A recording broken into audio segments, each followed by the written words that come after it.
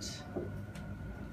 Okay, this is Facebook Live, you know it, you've done this before, and this is also Parenting Place. I'm Petra Bagust, and I'm so excited because I get to spend the next about 20 minutes chatting with Mel Street. Now, Mel's had a busy day already. She's got 3 beautiful children, Tilly who's 6, Olivia who's 5, and Evelyn who's 2, and one of her children is off school 6, so you've been juggling kind of a day, extra children. All right, we survived. Excellent. And Mel is working at the moment at Small Talk, which specialises in speech and language therapy. Yes. And what training have you had in this area? So I did speech and language therapy as an undergraduate degree 16 years ago. Yeah. And then I did a master's in cleft palate therapy. And that was a few years after that. And basically the rest has been clinical experience and practice. And as you may be able to tell, Mel wasn't born in New Zealand. Where were you born? I was born in England. England. Yeah, so we've been in New Zealand for 10 years. Great. So we've had her to ourselves for 10 years, and you've got her to yourself for about 20 minutes. We asked for some questions, and we've got some great questions to go through. Lots of mums very engaged, not being sexist, that so far the questions have come from mums. Mums engaged in speech and language. So hopefully, feel free to send in a question. Rebecca is manning the computer. You can send a question to her and she can pass it along the table. But are you happy for us to just hook in? Let's dive in. Okay. Louisa said, I'm keen on teaching my child sign language or baby sign. When's the best time to start? Any tips on how to introduce it? Any resources you can recommend? She's currently 6.5 months old. Well, baby sign is great. The thing that I would really emphasise with baby sign is that it's not sign language, it's sign supported English. So the really key thing for baby sign is that you talk as well as doing the signs. Okay. You're only signing those key words that you want the child to learn. So you can go on the New Zealand, if you type in New Zealand baby sign, there is a website, but it is targeted really at children with hearing impairment. So take it with a pinch of salt, take some key signs that you want to teach your child. Did you use it? I use Makaton, which is sign supported English. It's not New Zealand Sign Language, but a lot of the symbols and signs are the same. I used about 4. I used it, are you hungry or are you thirsty? And no was amazing because you can do it across a crowded room once it's established. To your husband as well. Yes, and yes, but it was. I guess for me, I felt like the baby sign was more for me. It reminded me that my children understood more than they could verbally communicate. Yeah. And the theory behind baby sign is that children have control over their gross motor coordination. So big movements? Big movements before they get control over their mouth movements. So they can control their gestures before they can control their words. Yes. We did this, finished, after, and it's good. You don't want them to have to cry to get out of the high chair if they go like this, and you always use the words. So you're saying if you want to use baby sign, use the words as well. Finished, have you finished? Yeah. Are you hungry? Yes. Are you thirsty? Yeah. Okay, easy. And because really the signs are a bridge, they're just to get you through the next few months until your baby starts talking. Not to become a sign language specialist. You don't want them fluent in New Zealand or any sign language. Okay. Lots of questions about pronunciation. So can we do this one? Ty sent in a question. How do you teach children to pronounce their words properly? Properly. Depends on your definition of properly. Children copy what they see, they copy what they hear. So modelling for your children the type of language, the type of sounds that you want to encourage is basically the most important thing. I've got a question. Yeah, I do. How important is properly? That's a very personal. For some people it's very important, for other people it's not important at all. And I think the real key as well is that at a certain age, it depends, Ty, how old your child is, because we don't expect a 2-year-old to speak properly. We don't expect them to be crystal clear. We don't expect a 3-year-old to have really crystal clear speech. So it really depends on the age of your child as well, and how important properly is. For me, it changed when the first child, I was trying to get everything right and hit those milestones. By the time I had the 3rd child and suspected they would be my last, I was trying to keep all the babiness. Yeah. So we would mispronounce words on purpose because we just loved it. Yeah.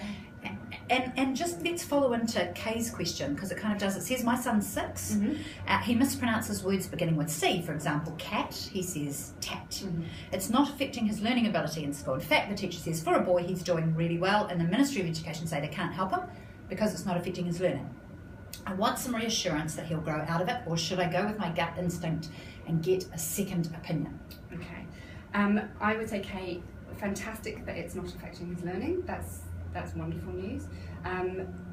The ka being ta is a normal process, and lots of children do it. It should resolve by itself around about 3.5. So I would say if he's 6, go with your gut, get a second opinion, because it might be something that he's just got stuck with along the way and just needs a little bit of extra help to sort that out. But it's relatively easy to fix. Yeah. So definitely go with your gut. Can I ask, what does a second opinion look like? I would be taking him to see a speech therapist. So, visit a speech therapist. So there's going to be a little cost involved there. Yeah, so the Ministry of Education, the public funding for speech therapy has criteria. Okay. And so you're very welcome to contact the Ministry of Education, but if they've already said that actually, because it's not affecting his learning, then he's not eligible for funding. So you probably would need to go and see a private speech therapist. Okie dokie. Michelle has a question. Is it possible to train an S-lisp out of speech patterns? It's so mean that S is in the word lisp. Is this something that parents can do, or is it better to invest in paying a speech teacher or therapist? Yes, it can be sorted. Yep. And again, depends on the age of the child. So I wouldn't be trying to train a lisp at 4. Okay. But kind of 5, 6 older, then yes, it can be trained out of them. It can get helped. Can it be trained out of a 15-year-old? Yeah. Can you train a lisp away at any point? Adults, yeah, Okay. Absolutely. And again, it depends on the family, it depends on the child. For some parents, just a sit-down session, let's tuck your tongue behind your teeth. Can you get the air to come through your teeth? Makes a great s, and you roll with it from there. And some kids just pick it up and go. Others find it a little bit more tricky, and you might need a little bit of help from a therapist. So are we talking, when we don't know stuff, potential problems can sort of get bigger and bigger. Is a lisp a muscle situation? Is a lisp something that a position the tongue's not in, or a movement the tongue's not making? It's a bit like the cat-tat. That when children are growing and developing at the age of 2 and 3, they have certain sound substitutions that they make. They replace certain sounds, and that's perfectly normal. And most children will grow out of it as they kind of get the grasp of what they're supposed to be doing, what sounds they're supposed to be using where, then they grow out of it. Other children get a bit stuck. Okay. And so a lisped S is actually considered perfectly normal until the age of 5. Okay. It's something that nearly all children do, and most of them grow out of it. Some don't, some get stuck.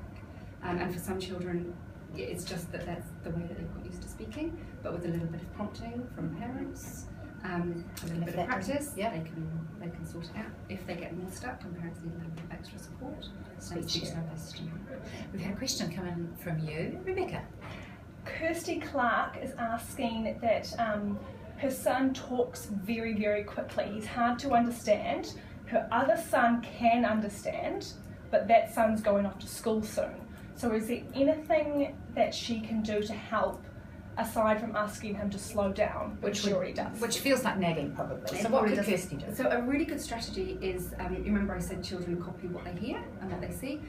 The most effective strategy is for you to slow down your own speech. So slow it down, but not as if you're talking to somebody stupid. Yeah. So because that's what I do. But if you understand? They don't really appreciate that. No, I'm sure you wouldn't do that. But if I started whispering, you would automatically bring your volume down. Yes. So if I start talking slowly and just kind of emphasising the words that I want you to hear, then hopefully your son will copy and start to slow down as well. So now I'd like to ask an expectation.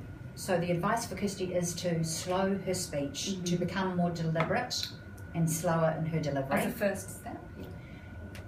How long should she wait until she sees some progress? Because you can think, I want to see a change immediately. What's realistic? If Kirsty manages to slow down and her son, should she look for a change in her son after a week or 2 weeks? Or what do you think's the process? I would be looking to see that your son is automatically slowing his speech down in response to you talking within a few days, but I wouldn't expect him to then be slowing his everyday speech down straight away, because it's going to be a case of mirroring for a while, and then gradually, I would probably give it a few months.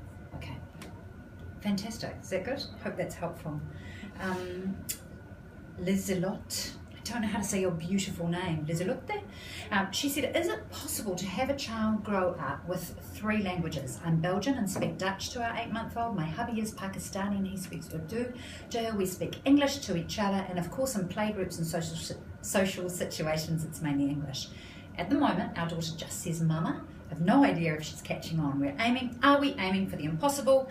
What can we do to improve our daughter's chances of speaking all 3 languages? Obviously, she's only 8 months old. Yeah, she probably won't speak all 3 languages at 8 months, but definitely keep going. She will learn 3 languages, and there will be, look, most countries in the world are bilingual, so it's in our inherent nature to be able to pick up at least 2 or 3 languages.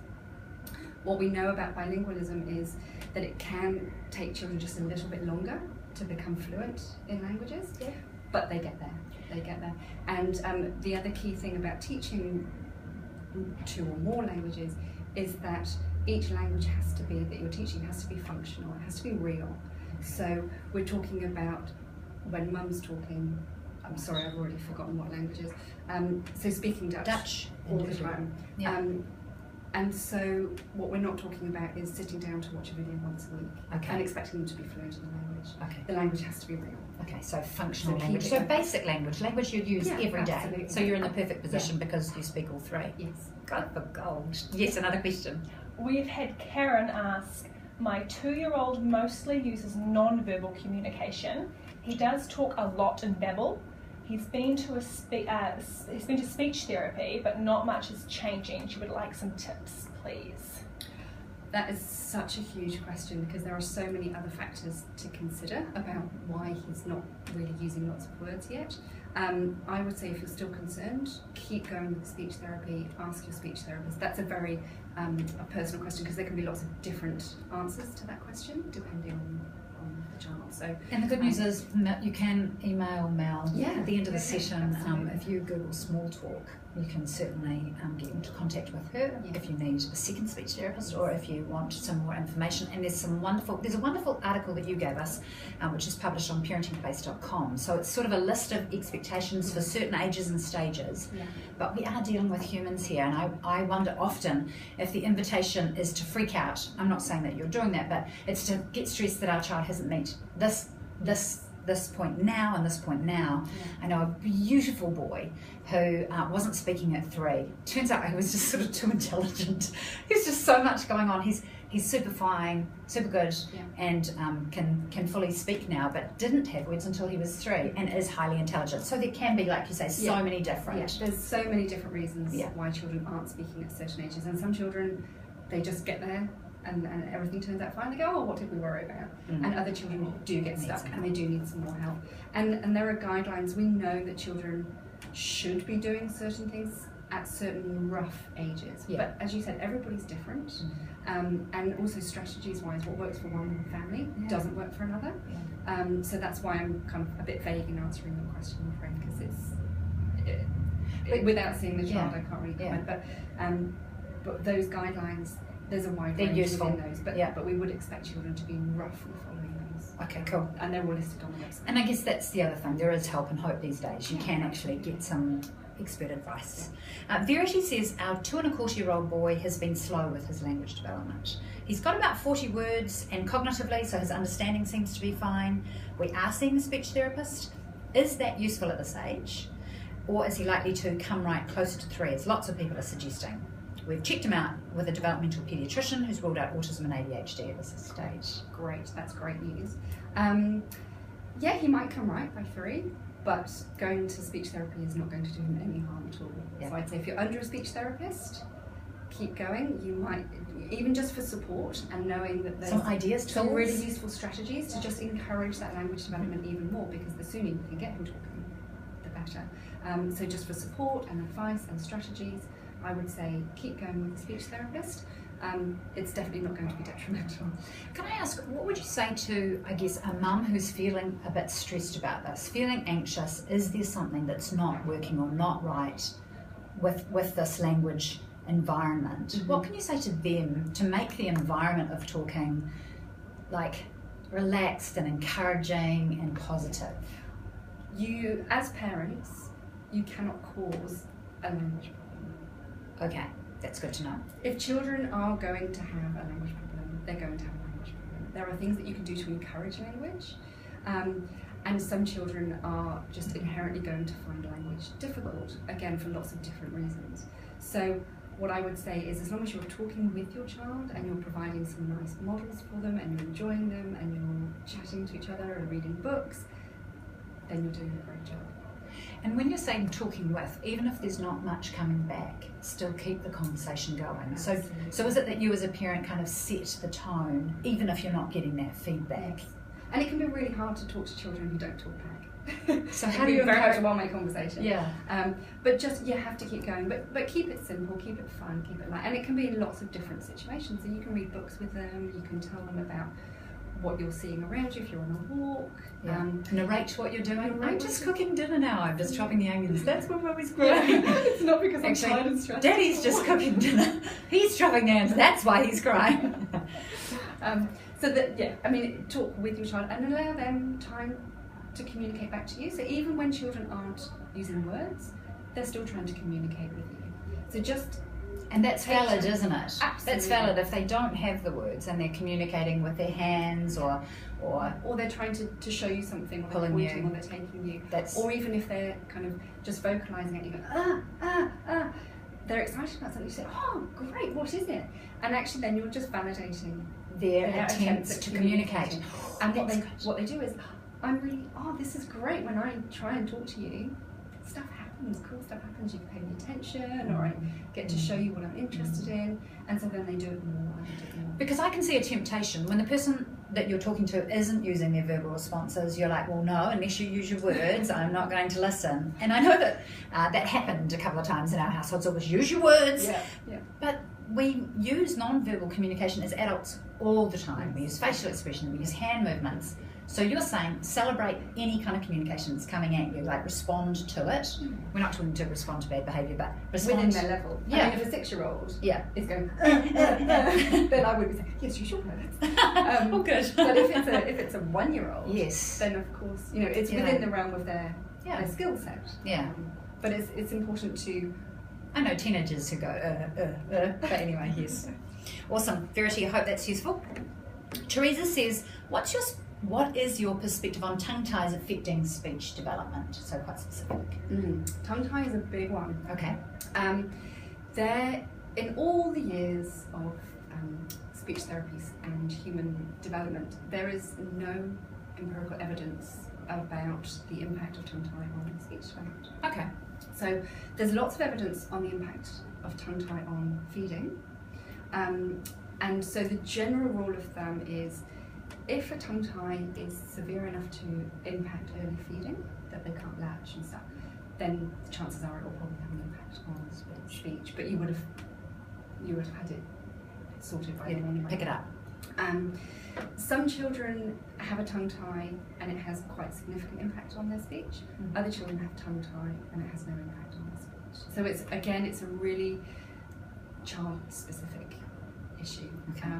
There isn't a general rule about tongue tie in speech. So talk to somebody who knows. Yes. If you're worried about your child's speech development and you think a tongue tie might be influencing it, go and get an opinion from a speech therapist. I'd love to do 2 more questions. We've got about 1 minute. Okay. Shelley asks, should an 8-year-old be able to pronounce his R's? Mostly, my son uses W instead, so if they were saying Rebecca, it would be Rebecca. Yes, again, it comes back to there are sounds that we know children substitute at certain ages, and ra to wa or ra to ya is a really common one. It should resolve around 6 and a half. So if a child of 8 is doing it, then it's probably got a bit stuck and you might need a little bit of help. And then this is just more general. How do I encourage and improve my child's language skills? I think it comes back to the point that we made earlier about talking with your child, enjoying your child, providing lots of language models, lots of chatting at a level that they can understand. So if you've got a 1-year-old, you're not going to be talking to them in great long sentences because it's too much. So you're picking out keywords that you want them to learn and to understand. What about babbling back to a babbling baby? It's great. Yeah. Again, it's that early. We have kind of foundation skills for language, those skills that children or adults need to learn to then realise the power of communication, and one of those is copying and turn taking and play. So all of those skills that you can do with your children help build language as well. Okay, not just practicing large words. Mel Street, you're marvellous. Mel Street from Small Talk Speech and Language Therapy. You can check out their website if you want some advice. She's based in Auckland. If you want to read her article, it's on parentingplace.com. It's been awesome to be on your computer. Thanks so much. Thanks for your questions.